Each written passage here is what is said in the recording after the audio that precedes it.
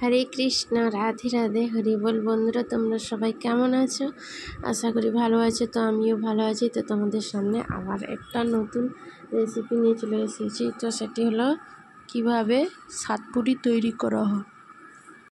তো সাতপুরি তৈরি করার জন্য প্রথমে কড়াইতে জল দিয়ে তাতে তেল দিয়ে দেওয়া হলো, আর একটু অল্প লবণ দিয়ে খোল কেড়ে নেওয়া হবে। পুরো ফুটে গেলে জলটা, তারপরে ময়দা দেওয়া হবে। তো এটা 1 কেজি ময়দার ওপরে করা হচ্ছে পুরো। তো দেখো বন্ধুরা, এবার ভালোভাবে একটু নাড়াচাড়া করে দিতে হবে যাতে ময়দাটার সঙ্গে জলটা পুরোভাবে মিশে যায়। তো তোমরা এই জলে সরষের তেলও ইউজ করতে পারো, আবার সাদা তেলও ইউজ করতে পারো, তোমাদের ইচ্ছা মতো। তো দেখো, এটা মিশে গেলেই মানে এটাতে গামলাটা ঢেলে ফেলতে হবে। তো ঢেলে ফেলা হলো। এরপরে ভালো করে মাখাতে হবে। তো গরম জলে মাখালে ভালো হয় আর কি, ময়ামটা খুব সুন্দর হয় আর ফুলে পুরো ফেপে ওঠে। তো দেখো, মাখানো হয়ে গেছে। তো এরপরে তোমাদেরকে তৈরি করে দেখাচ্ছি। তো একটা রেডি করেছি, এটা খাপের মধ্যে করেছিলাম আর কি। তো খাপের মধ্যেও বেশ সুন্দর হচ্ছে। তো দেখো কিভাবে, তো খাপটার মধ্যে এরকম পুর দিয়ে দিতে হবে।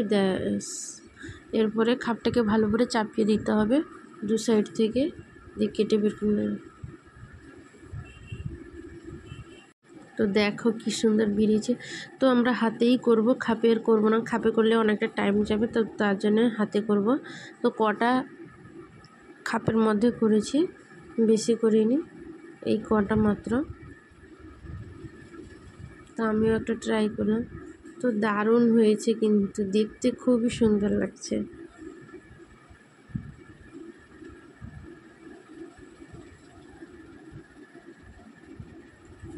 হাতে করছি, দেখো তো বন্ধুরা, ভালোভাবে এরকম মুখটাকে চিপে দিতে হয়, দিয়ে এরকম আস্তে আস্তে করে মুড়ে মুড়ে দিতে হয়। জাস্ট নর্মালি, কিন্তু দেখতে এটাও খুবই ভালো লাগে। এবং গরম জলে খোলটা কেড়ে করলে সাতপুরিটা খুবই টেস্টি হয় এবং ফুলে ওঠে খুবই।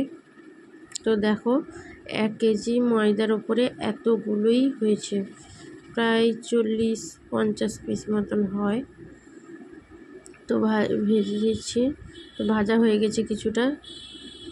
তো দেখো,